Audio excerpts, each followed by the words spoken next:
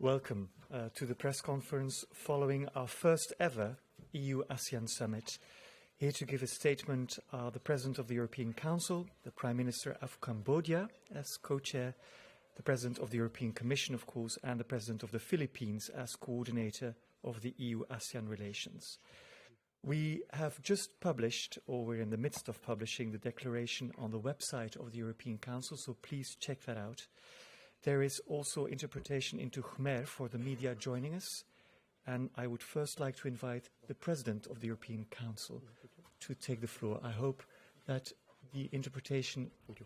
is ongoing. Thank you. Good afternoon, everyone. This summit today was historic, bringing together the leaders of the EU and ASEAN for the first time. A special thanks to my co-chair, Prime Minister Hun Sen, Chair of ASEAN, and President Marcos as ASEAN Coordinator for relations with the European Union. Today, we are endorsing our EU-ASEAN Plan of Action until 2027. We also just concluded our EU-ASEAN Comprehensive Air Transport Agreement, the first ever region-to-region aviation agreement, and we signed our partnership and cooperation agreements with Thailand and Malaysia. These agreements will strengthen our political dialogue and boost our cooperation with the two countries. Today, the EU-ASEAN celebrated 45 years as partners, and this month also marks the 2-year anniversary of the EU and ASEAN becoming strategic partners. The EU-ASEAN partnership is unique. It brings Europe and Asia closer together to increase the security and prosperity of our citizens. The EU is ASEAN's second largest foreign investor and third largest trading partner.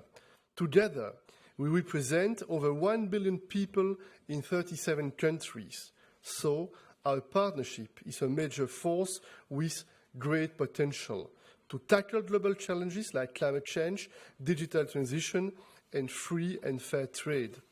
The Indo-Pacific is a region of growth and opportunity,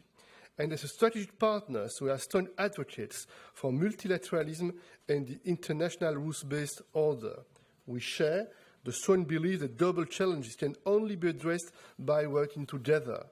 And today's meeting is also an opportunity to boost our cooperation for greater prosperity. And one way to do that is through trade. Trade is a powerful engine for growth and for creating closer ties between our regions. Our trade agreements with Vietnam and Singapore are a good example, and we are working on trade agreements with other countries in the region. We can also forge stronger ties for the good of our planet. Climate change is a threat to everyone's existence, and we share the same objective. We owe it to the next generation to cooperate on this global challenge together. We also discuss the importance of the digital transition. This will play a massive part in the success of our societies. So, we need to band together to develop safe, fair, and inclusive digital economies. We also discussed the war against Ukraine and its dramatic consequences for the world, especially on energy and food security. This war blatantly violates the United Nations Charter, and the attempt to change internationally recognized borders by force is not acceptable. We will never accept it.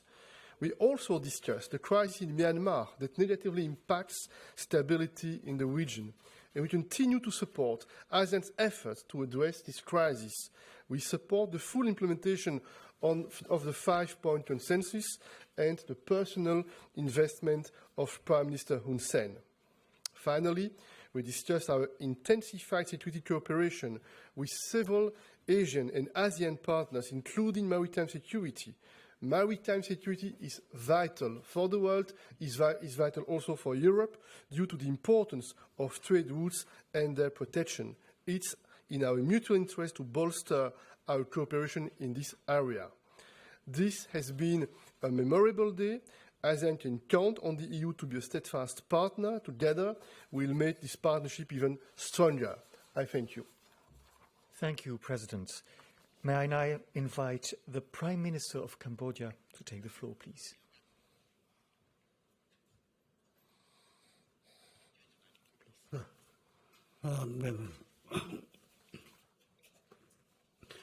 Adam អរលោកលោកស្រីខ្ញុំសូមសម្ដែងនៅការឯកភាពនិងការលើកឡើងរបស់អាដាមប្រធានអំបញ្ញមិញនេះសម្រាប់ខ្ញុំចាប់ផ្ដើមដោយការស្វាគមន៍យ៉ាងកក់ក្ដៅចំពោះលោកស្រីអរលោកស្រីដែលបានចូលរួមនៅក្នុងសន្និសីទសារព័ត៌មាននេះថ្ងៃនេះគឺជាឱកាសដ៏វិសេសវិសាលមួយនៅក្នុងភាពជាដៃគូរបស់យើងក្នុងការរៀបចំកិច្ចប្រជុំកំពូលរំលឹកខួបអនុស្សាវរីយ៍អាស៊ានសហភាពអឺរ៉ុបទទួលបានជោគជ័យនិងប្រកបដោយផ្លែផ្កាខ្ញុំក៏សូមចែករំលែកនៅសុខនិយមនិងចំនួនទឹកចិត្តជាមួយអាដាមឆានមីសែលនិងលោកជំទាវអ៊ូស៊ូឡាវុនដឺលេហ្យេនចំពោះវឌ្ឍនភាពនៃទំនាក់ទំនងរវាងតំបន់ទាំងពីរហើយសង្ឃឹមថាមុនមថាកិច្ចសហប្រតិបត្តិការរបស់យើងនឹងកាន់តែស៊ីជម្រៅទូលំទូលាយនិងផ្ដល់ប្រយោជន៍ឲ្យគ្នាទៅវិញទៅមកខ្ញុំពិតជាមានសេចក្តីរាយចំពោះកិច្ចសន្ទនារបស់យើងនៅលើប្រធានបទជាច្រើនដែលមានការពាក់ព័ន្ធនិងមានសារៈសំខាន់នៅក្នុងតំបន់យើងទាំងពីរប្រកបដោយបើកចំហនិងស្មោះត្រង់ព្រមទាំងស្ថាបនាជាមួយគ្នានេះអ្វីដែលធ្វើឲ្យដៃគូរបស់យើងរឹតតែសំខាន់ទៀតនោះគឺការវិវត្តស្ថានភាពដ៏គួរឲ្យព្រួយបារម្ភនិងផុយស្រួយដែលពិភពលោកទាំងមូលប្រឈមទៅនឹងការសាកល្បងដ៏ធំមួយដែលមិនធ្លាប់មានពីមុនមកតួយ៉ាងដូចជាការប្រកួតប្រជែងភូមិសាស្ត្រនយោបាយរវាងមហាអំណាចការធ្វើឲ្យរង្គោះរង្គើដល់សណ្ដាប់ធ្នាប់អន្តរជាតិនិងបានគម្រាមកំហែងដល់ស្ថិរភាពសន្តិភាពនិងការរីកចម្រើនស្របពេលជាមួយនឹងការកើនឡើងនៃការប៉ះទង្គិចប្រដាប់អាវុធនិងសង្គ្រាមដោយដែលតំបន់យើងទាំងពីរកំពុងប្រឈមជាឧទាហរណ៍ចំពោះសង្គ្រាមនៅអ៊ុយក្រែនយើងបានបញ្ជាក់ឡើងវិញនៅជំហរដ៏រឹងមាំរបស់យើងក្នុងការគោរពចំពោះអធិបតេយ្យភាពបូរណភាពទឹកដីនិងឯករាជ្យភាពខាងនយោបាយហើយយើងជំទាស់នឹងការទន្ទ្រានយកដីនិងការប្រើប្រាស់ឬគំរាមដោយកម្លាំងប្រឆាំងនឹងរដ្ឋអធិបតេយ្យមួយទៀតយើងបានសង្កត់ធ្ងន់ទៅលើភាពចាំបាច់នៃការបញ្ឈប់ជាបន្តនៅភាពបន្ទុះសារាយនិងការបង្កើតបរិយាកាសអំណោយផលសម្រាប់ដោះស្រាយចំនួនដោយសន្តិវិធីដើម្បីបើកផ្លូវឲ្យផ្ដល់ជំនួយមនុស្សធម៌ទៅដល់ជនរងគ្រោះដែលត្រូវការបំផុតនិងបានយ៉ាងឆាប់បំផុតប្រកបដោយសុវត្ថិភាពនិងដោយគ្មានការរារាំងខ្ញុំក៏សូមជាមួយនឹងការលើកឡើងតាមប្រមាណនេះអ្វីដែលជាការសង្ឃឹមរបស់យើងគឺនៅត្រង់ថាតំបន់ទាំងពីររបស់យើងគឺបានផ្សារភ្ជាប់គ្នាបើទោះបីជាយើងនៅឆ្ងាយពីគ្នាក៏ប៉ុន្តែយើងបានផ្សារភ្ជាប់គ្នាคล้ายទៅជាដៃគូយុទ្ធសាស្ត្រហើយអ្វីដែលជាបំណងធំរបស់យើងដែលរកឃើញនៅក្នុងអង្គប្រជុំរបស់យើងនេះគឺកិច្ចព្រមព្រៀងពាណិជ្ជកម្មសេរីរវាងអាស៊ានជាមួយអឺរ៉ុបតំបន់ទាំងពីរក៏បីត្រូវធ្វើកិច្ចការងារនេះឲ្យបានលឿនបំផុតតាមដែលអាចធ្វើទៅបានខ្ញុំសូមអរគុណចំពោះការយកចិត្តទុកដាក់ស្ដាប់របស់អស់លោកនេះ Thank you, Prime Minister. Madam President, can I invite you? Yes, thank you very much, dear Prime Minister Hun Sen, dear President Marcos, dear Charles. Ladies and gentlemen, we had an excellent summit today with our ASEAN partners. Quite a special summit too, indeed, because it marks 45 years of relations between us, and it's a perfect occasion just to open a new chapter in our partnership. We are what you just said and called strategic partners. We stand behind this term. What stands behind this term is the reality of two regions that have so much in common, despite being a world apart. We are the two most successful regional integration projects in the world. We share the same unyielding commitment to multilateralism and the international rule of law. That means the same rules for all, whether big or small, and we both want to relegate the notion of spheres of influence to the past, where it belongs. The European Union pleads for closer cooperation between the EU and the ASEAN partners. Russia has unleashed its war of aggression against Ukraine. War has returned to the European continent, and it is clear that this is not solely a European problem, but the world is feeling the brutal shockwaves of this war on food prices, on energy security, and all this is a stark reminder that today, in this world of interdependencies, there is no such thing as a European problem or an Asian problem either. All the challenges we face today are of global nature and therefore affect all of us. You, ASEAN, know what is at stake, and therefore we are very grateful that you have signed the Treaty of Amity and Cooperation with Ukraine. We very much welcome that. The more acute global challenges are, the stronger our partnership must be. And today, we indeed discussed several strands of work to reinforce this partnership. The first one is energy. We want together to accelerate with our partners the clean energy revolution. So today we launched a Just Energy Transition Partnership with Vietnam, for example, similar to the one we have with Indonesia. And we have also decided to start an EU-ASEAN new energy dialogue, because we all know renewable energy is not only good for our climate, but it is also homegrown and therefore creates independence and security of supply. Second point is trade. A lot has been said on trade. We want to trade more with each other. We already are each other's third largest trading partners. Our free trade agreements with Vietnam and Singapore are delivering. That's impressive. So the European Union wants to conclude more such agreements with ASEAN countries, and our ultimate goal would be to negotiate a region-to-region free trade agreement. And my third and last point is on infrastructure. Because our energy and trade cooperation will only reach its full potential if it is underpinned by the right infrastructure, today Team Europe put forward a 10 billion euros investment package under Global Gateway. And let me end, Prime Minister Hun Sen, by thanking you for your excellent chairmanship this year. I am now looking forward to working with Indonesia under its chairmanship of ASEAN in 2023. We have behind us over 4 decades of partnership,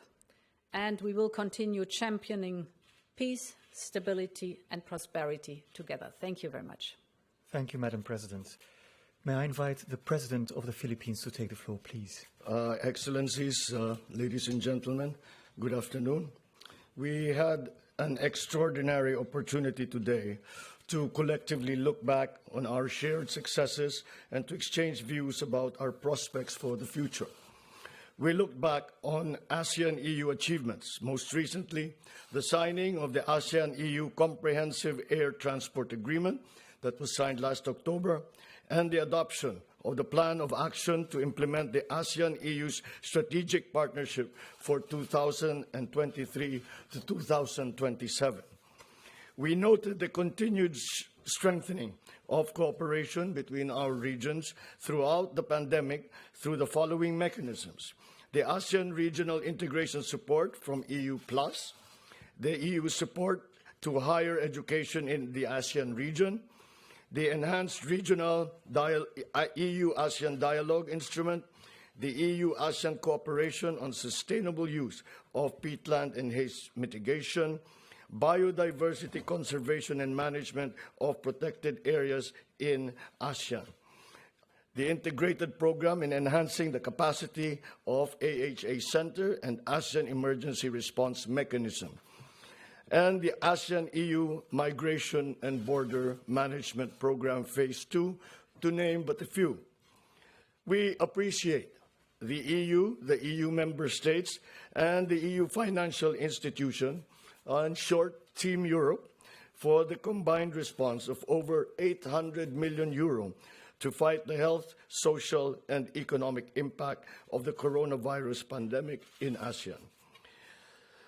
As we move forward, towards post-pandemic recovery, we eagerly anticipate the resumption of negotiations for the establishment of an ASEAN-EU free trade agreement and of the ASEAN-EU Trade and Investment Work Program. I am pleased that today's summit imbued all of us as ASEAN and EU leaders alike with a sense of renewed commitment to continue nurturing and expanding our unique ASEAN-EU partnership, which will serve us well as we are squeezed by the myriad challenges that we have just discussed, such as the supply chain issues brought about by the pandemic, the global threat to food and energy security made worse by the conflict in Ukraine, and to the societal and economic havoc wrought by climate change, to name a few. I am particularly pleased that this landmark ASEAN-EU commemorative summit was shepherded to conclusion during the Philippines coordinatorship for ASEAN-EU dialogue relations, and that the adopted ASEAN-EU joint leaders statement is reflective of the broad nature of our relations and shows clear commitments from both sides to further enhance our relations. We hope to achieve more milestones as the Philippines continues to guide the ASEAN-EU dialogue relations until 2024. I assure my fellow ASEAN member states and all European Union member states that the Philippines will continue to expend all efforts available to ensure that the implementation of the plan of action to implement the ASEAN-EU Strategic Partnership for 2023 to 2027 proceeds as intended. We will strive to expand and deepen our cooperation in the priority areas of post-pandemic economic recovery, strengthening of public health institutions, maritime security and cooperation, environmental protection and sustainable economic development, combating, of course, climate change, and connectivity with its new definition, which goes beyond the strict definition of digital connectivity, but connectivity in all manners, by air, by land, by sea, by digital means. We also will work for the digital transition and the lessening of the so-called digital divide, migration, and gender justice. We look forward to nurturing and bringing forth ASEAN-EU relations to greater heights in our role as country coordinator for ASEAN-EU relations in the next 2 years. Before I end, allow me to thank Your Excellencies, EU Council President Charles Michel, EU Commission President Ursula von der Leyen, Czech Prime Minister Peter Fiala, and all EU member state leaders for your very warm welcome that you have given us all here in Brussels. And we look forward to the next commemoration of EU-ASEAN relationships. Thank you. Thank you, Mr. President. We'll now take a couple of questions. Let me start with someone from the Philippines. We had Alexis Romero from Philippine Star. Yes, please. Good day, President Marcos. How are you doing? Just about managing. Okay, thank you very much. President Marcos, you cited in your speech earlier the need to go beyond declaring respect and support for UNCLOS and to see an effective application of the UNCLOS to address maritime disputes. And we all know that this includes the South China Sea Row. What concrete measures can the ASEAN and the EU undertake to ensure the rule of law in disputed areas beyond the usual strongly worded statements? Well, this is one of the reasons that we have these conferences, is to map out any possible actions that might be jointly taken, because every action that might be taken that objects or brings brings light to a possible violation of the UNCLOS is much stronger when it is brought about by a group of nations such as ASEAN, and if the EU now, with our strategic partnership, is able to also join their voices to that, then that will be much stronger in the terms of actually being able to enforce what UNCLOS is all about. Their commitment, by the EU's commitment, which is found in the joint declaration, the EU's commitment to even the doctrine of the DOC, the doctrine of behaviors in the South China Sea, is already a very, very big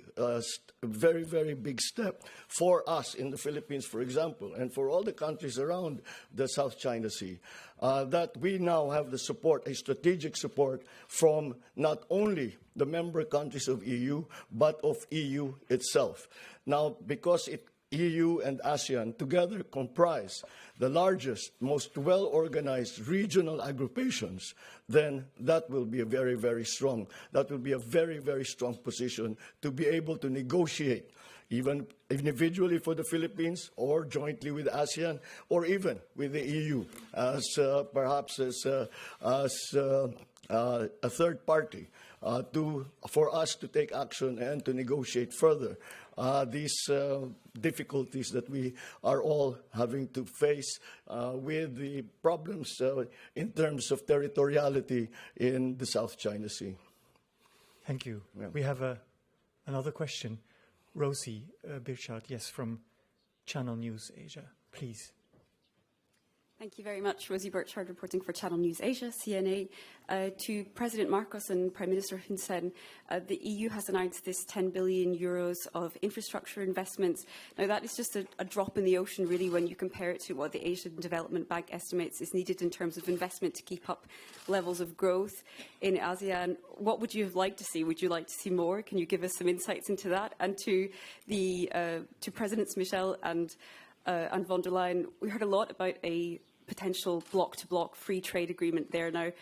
I believe that's still pretty far off. What are the biggest barriers in your eyes? Is it Myanmar? Is it about climate policies from the ASEAN side? What do you think needs to happen to be able to get there? Thank you very much.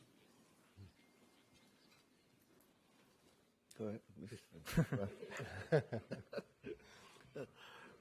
Well, I think the one who can best answer that will be the donor of the 10 billion euro, and we would like to ask them how they would want us to use their hard-earned money when it comes to ASEAN. So perhaps President Michel.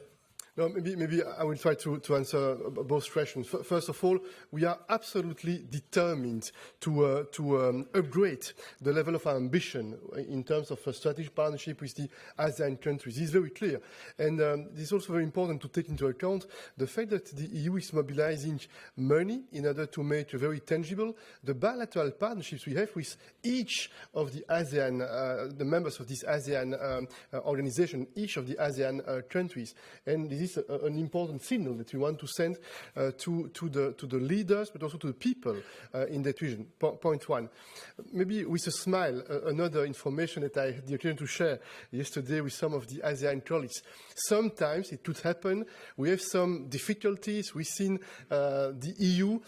to be on the same page. Sometimes we have divisions, we have difficult questions, we have difficult topics. But one thing is absolutely certain. When we have on the agenda of the European Council our relationship with ASEAN, spontaneously, immediately, the 27 member states, we are all on the same page. We are absolutely motivated to strengthen the ties. We have exactly the same assessment. We think this is a strategic importance for all of us to develop and to make more tangible this partnership with that region. And this is a transition to the second part of your question, the trade agreements. You know, this is a general debate across the EU.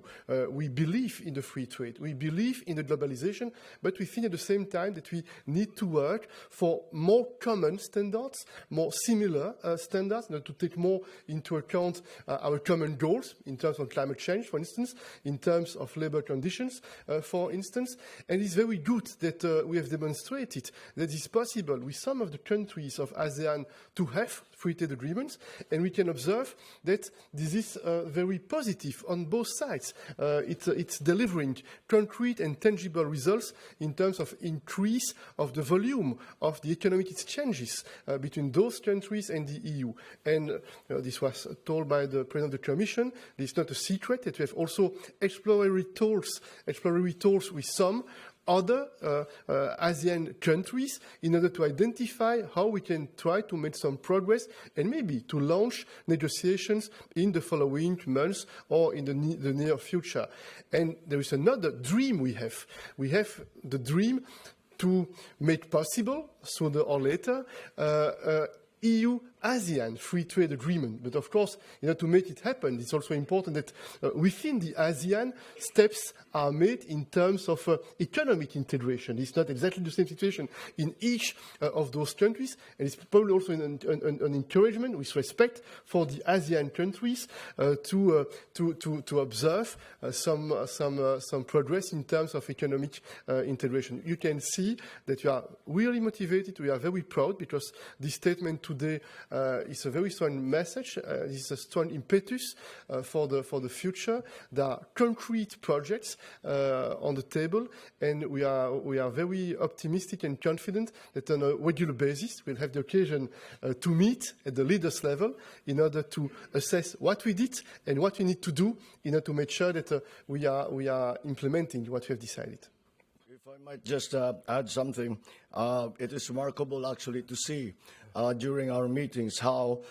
despite the marked differences between EU member states and ASEAN member states, that it is remarkable that we identify the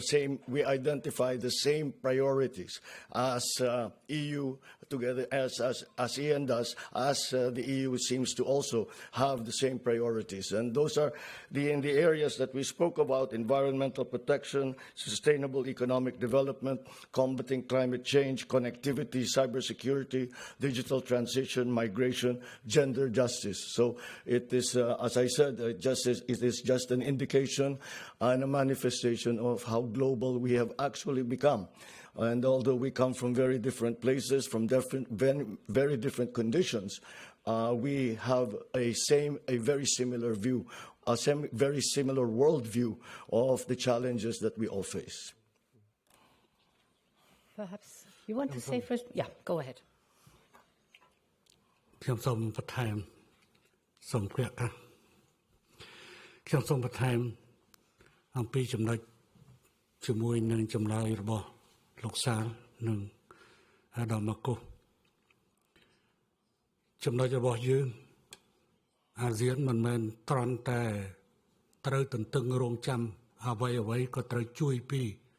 EU នោះទេប៉ុន្តែត្រូវឃើញនៅការបំពេញឲ្យគ្នាទៅវិញទៅមករវាងសេដ្ឋកិច្ចតំបន់ទាំងពីរពិតហើយគឺបណ្ដាប្រទេសអឺរ៉ុបមានការជឿនលឿនជាងក៏ប៉ុន្តែអឺរ៉ុប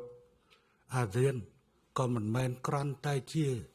កន្លែងដែលត្រូវតែរងចាំទទួលជំនួយពីអឺរ៉ុបនោះទេដូច្នេះស្ថិតនៅក្នុងស្ថានភាពនេះហើយដែលអាស៊ាននិងអឺរ៉ុបបានឯកភាពគ្នាដើម្បីបង្កើតឡើងឲ្យមានកិច្ចព្រមព្រៀងពាណិជ្ជកម្មសេរីយើងពិតជាមិនមែនចង់ឲ្យប្រជាជនរបស់យើងនៅតែក្ររហូត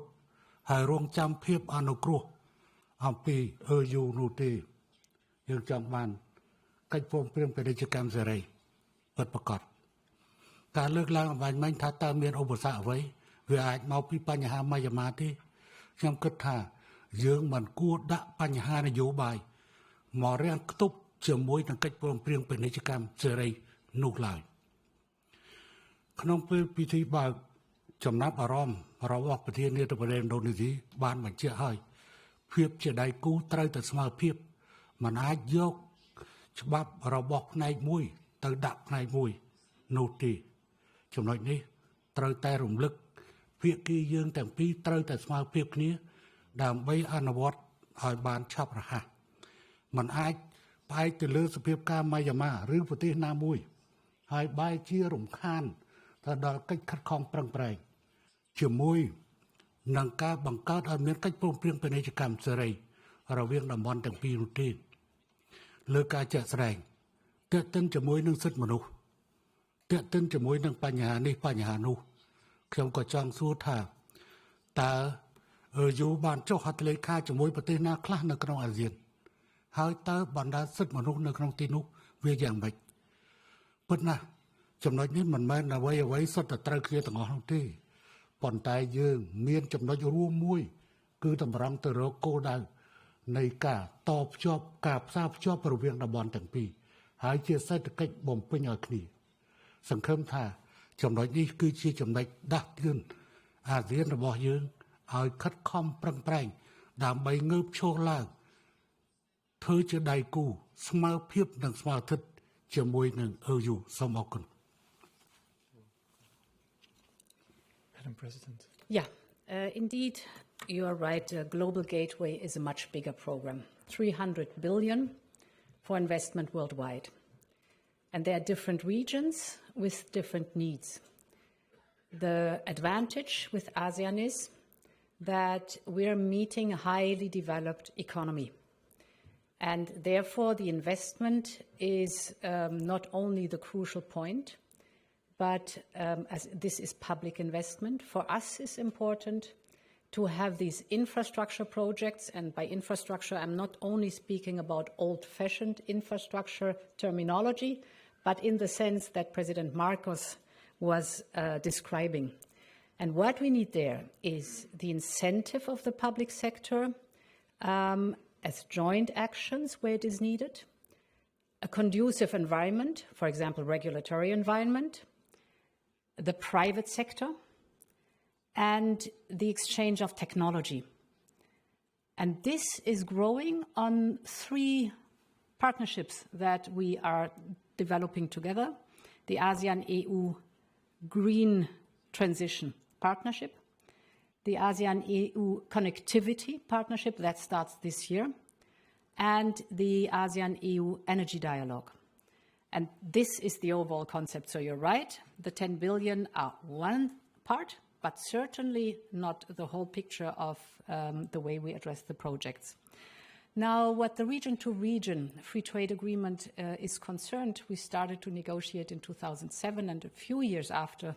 it stopped. And then, for a while, nothing happened. And then, with the one or the other member country of ASEAN, we were able to develop a free trade agreement. Therefore, we have now building blocks. I would call it that name. It's much more mature. And this encourages, and I'm very pleased to listen to our guests, this encourages us to think in a broader spectrum for a region-to-region free trade agreement, as we have already experienced now with building blocks. It may be that, first of all, the one or the other free trade agreement with individual countries of the ASEAN is coming first, but we have no experience. The free trade agreements that are in place are delivering, so they show the success, and we have proven that we're able to match the different interests. Thank you. Yes, Finbar, please. Thank you very much. Finbar Birmingham with the Hong Kong newspaper, the South China Morning Post. A lot of talk about the things that you have in common, but just reading the joint statement, there certainly are some differences, particularly on Ukraine, where it says most members strongly condemned the war in Ukraine and stressed it is causing immense human suffering. To Prime Minister Hun Sen, President Marcos, could you explain why it isn't all members that are condemning the war in Ukraine? Just a follow-up question. ASEAN is often portrayed as a swing state between the big powers of the United States, China and Europe. I'm wondering from both of your perspectives whether you welcome the European Union to compete with the United States and China, or whether indeed you do see it in that way. Thank you very much.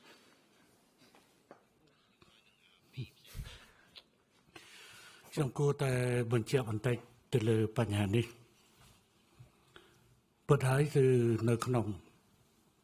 អាស៊ានរបស់យើងមិនមែនមានគោលចំហដូចគ្នាទាំងស្រុងនោះទេសេចក្តីសម្រេចនៅមហាសន្និបាតអង្គការសហប្រជាជាតិមានប្រទេសខ្លះក៏បោះឆ្នោតគ្រប់គ្រងប្រទេសខ្លះក៏បោះឆ្នោតអនុប្រវត្តិសម្រាប់កម្ពុជាយើងបោះឆ្នោតគ្រប់គ្រងសេចក្តីសម្រេចរបស់អង្គការសហប្រជាជាតិស្គាល់ទោសចំពោះការឈ្លានពានឬការកាត់យកទឹកដីក្រៅពីនោះក្នុងឋានៈជាប្រធានអាស៊ានយើងក៏បានសម្របសម្រួលដើម្បីចេញសេចក្តីថ្លែងការណ៍ពាក់ព័ន្ធជាមួយនឹងការសន្ទនា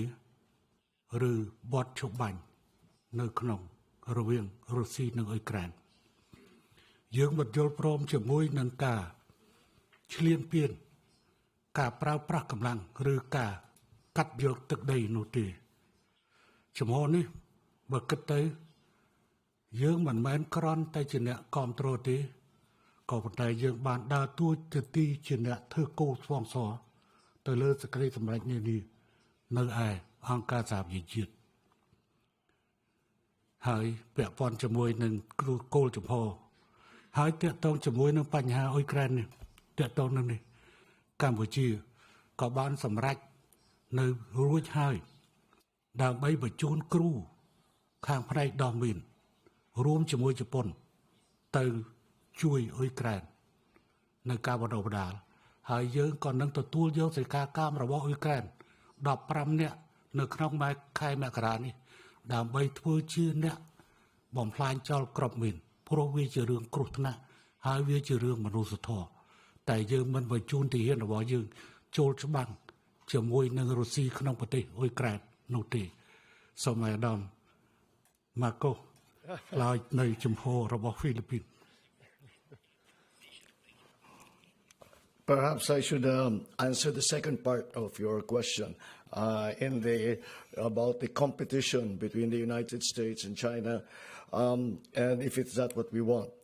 Believe me, we would rather not have these tensions in our part of the world. That is the last thing that we would like. And the Philippines, for our part, has taken an independent policy, and we absolutely refuse to go back to the situation of the Cold War, where we have to pick sides in terms of who the superpower is that we are aligned with. What we say is that, to put it very simply, is that in the Philippines, our foreign policy is the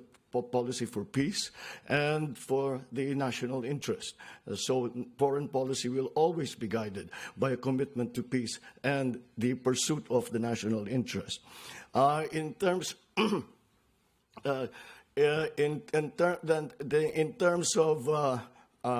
that competition, as I said, we have to find, I think all of us, member states, especially in ASEAN, have to find our own way. However, I think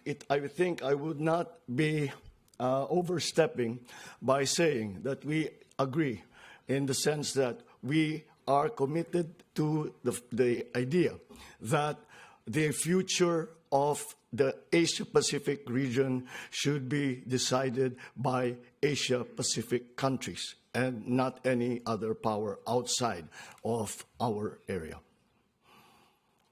Thank you. We have one more question, I believe.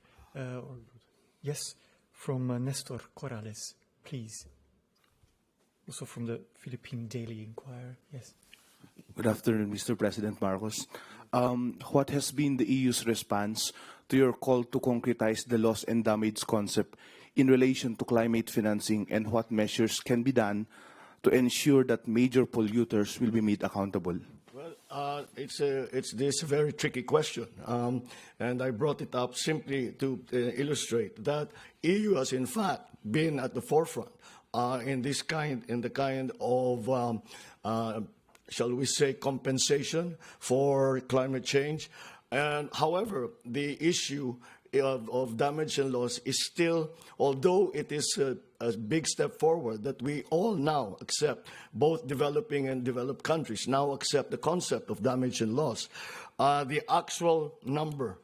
is very, very hard to determine. And beyond that, even if we are able to quantify the damage and loss, you say it's $100 million, whatever the number is, what do we do with that number? Who do we go to? Who do we, who pays the bulk of it? However, I sense that there is a willingness for the developed countries to participate and to help in mitigation, to help in adaptation for those countries like the Philippines, most of the countries around ASEAN that are very vulnerable. There is a willingness to help, but how to provide that help is still a question that we cannot definitively answer. That is why a lot of work has to be done, and I have brought it up with the EU, and I've said that this is an important issue, especially for the Philippines and for many, many other countries. But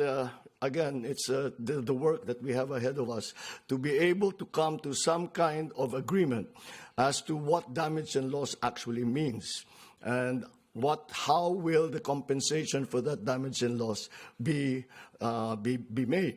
And for my part, I think until we are able to determine that, I think we should think of what we can do in the future. And that, I think, has great potential to be put into effect in the short term rather than in the very long term. Thank you. Thank you for joining us for this press conference. Check out the joint declaration which we have published. Thank you and see you tomorrow.